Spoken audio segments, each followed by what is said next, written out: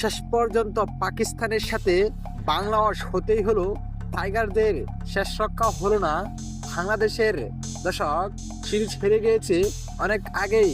তাই আজ হয়তো এরাতে পাকিস্তানের বিপক্ষে মাঠে নেমেছিল টাইগাররা, যেখানে শুরুতে ব্যাটিং নেমেছিল বাংলাদেশ দল।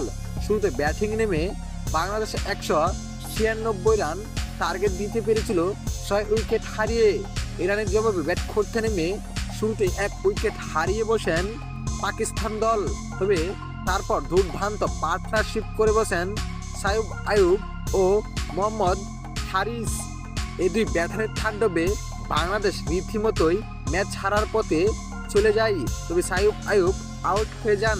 তবে এক প্রান্ত আগলে রেখে দলকে জয় নিশ্চিত করেন হারিস, কেননা তিনি একাই করেছিলেন এদিন সেঞ্চুরি।